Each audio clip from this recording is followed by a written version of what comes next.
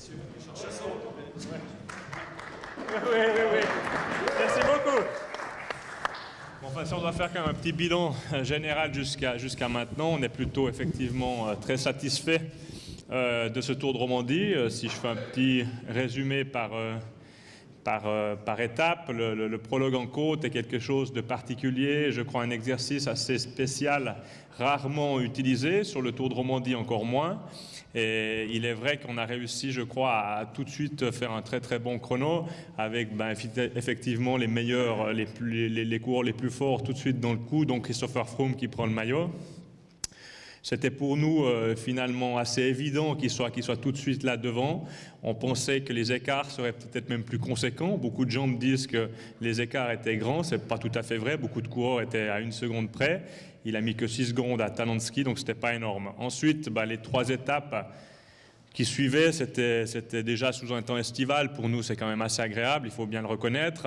C'était quand même des étapes assez difficiles. On a vu que les sprinters, notamment Cavendish, qui était en tout cas pas en forme, n'étaient pas forcément au rendez-vous sur la ligne, alors que les lignes étaient souvent faites pour eux. Mais malgré tout, il y avait quand même systématiquement Ferrari ou Goss qui étaient là. Mais ce sont des nouveaux sprinters, notamment Mersman, ou des surprises. Donc, pour nous, c'est aussi plutôt agréable, en fait, encore une fois, de mettre en évidence de nouveaux coureurs. Et je pense que Gianni Mersman, c'est un coureur qu'on verra encore sur d'autres sprints, avec le statut qu'il a pris, je pense, dans ces sprints, qui étaient finalement quand même des gros sprints massifs qui allaient très très vite, où il fallait frotter, où peu d'équipes arrivaient vraiment à emmener. Et je crois qu'on a vu de très très beaux sprints. Pour l'étape de hier, effectivement, je ne vous cache pas que c'était assez compliqué finalement de prendre certaines décisions. Le gros problème que nous avions, c'est que les météorologues étaient totalement incapable de nous faire une prévision en fait assez précise par rapport au temps et aux conditions qu'on pouvait rencontrer, tout simplement parce que ça tenait à la capacité du faune de tenir ou pas. Puisque le front froid était là, il était juste tenu par rapport au faune et on savait qu'il pouvait tomber entre 11h le matin et 16h. Et que s'il tombait à 11h, qu'à 17h, de toute façon, c'était grande tempête de neige peut-être au sommet. Et que s'il ne tombait pas, ce qui était plus ou moins le cas hier, il n'a pas vraiment tombé le faune, les conditions étaient acceptables. Mais malgré tout, de monter 2 fois le col de la Croix avec le brouillard qu'il y avait, avec la température qu'il y avait, les murs de neige encore, on a estimé que c'était quand même un peu trop. Donc on a décidé le matin de modifier le parcours et de finir par le col des Mosses. Moi, je pense que l'étape au niveau sportif est restée très très difficile puisque ce sont les conditions climatiques qui l'ont durci.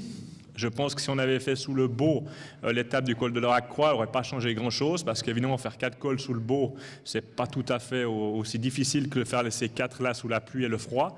Donc je pense qu'au niveau sportif, on avait vraiment quelque chose de très haut niveau. La preuve, le résultat, un peu plus de défaillance peut-être que sur une étape avec le soleil. Et puis finalement, on a, je crois, réussi le pari avec les équipes de changer les 30 derniers kilomètres. Ce que vous imaginez a quand même quelques impacts sur une vingtaine de secteurs chez nous. Et tout le monde a réagi juste, même les gendarmeries et tout. Et on a réussi, je crois, à faire quelque chose que personne n'a vu finalement qu'on changeait de parcours. Donc on a un très très beau vainqueur avec Simon Spilak hier, parce que moi je suis assez content. Il avait déjà gagné à Châtel dans des conditions climatiques difficiles, mais il confirme sur le Romandie qu'il a quand même de grandes capacités en montagne, et surtout lorsqu'il fait froid. Et puis Froome qui se bat comme un fou pour conserver quand même ce maillot jaune et gagner le Tour de Romandie. Aujourd'hui, je crois que ça va être un tout petit peu effectivement pour Froome on ne va pas dire une confirmation, je crois qu'il est, à moins d'un accident, on ne voit pas qui pourrait battre aujourd'hui Christopher Froome pour le Tour de Romandie. Par contre, pour l'étape, quand on voit ce que vient de faire Mallory, je ne sais pas où on en est maintenant, mais qui a roulé à plus de 52 km/h, c'est vrai que ça reste très très rapide, on est sur une moyenne qui est très élevée, on pensait qu'on serait entre 50 et 51, 52 c'est très rapide, et Mallory là fait un super temps, donc encore une fois, c'est toujours difficile de nommer le vainqueur, on a le champion du monde du contre-la-montre qui est là, on se réjouit de voir aussi, je ne sais pas s'il est déjà parti ou c'est déjà arrivé, je ne crois pas, mais on se réjouit de voir son temps. Alors 2014, on avait déjà annoncé effectivement donc, le départ au Tessin. Donc on a un prologue à Ascona. Ce sera un prologue qui fera à peu près 5 km, entièrement plat, des grandes lignes droites, un prologue réservé vraiment aux purs rouleurs, aux purs spécialistes du contre-la-montre. Il y a à peu près 5 virages sur ce prologue. On partira donc au bord du lac à Ascona, on arrivera dans cette région-là aussi.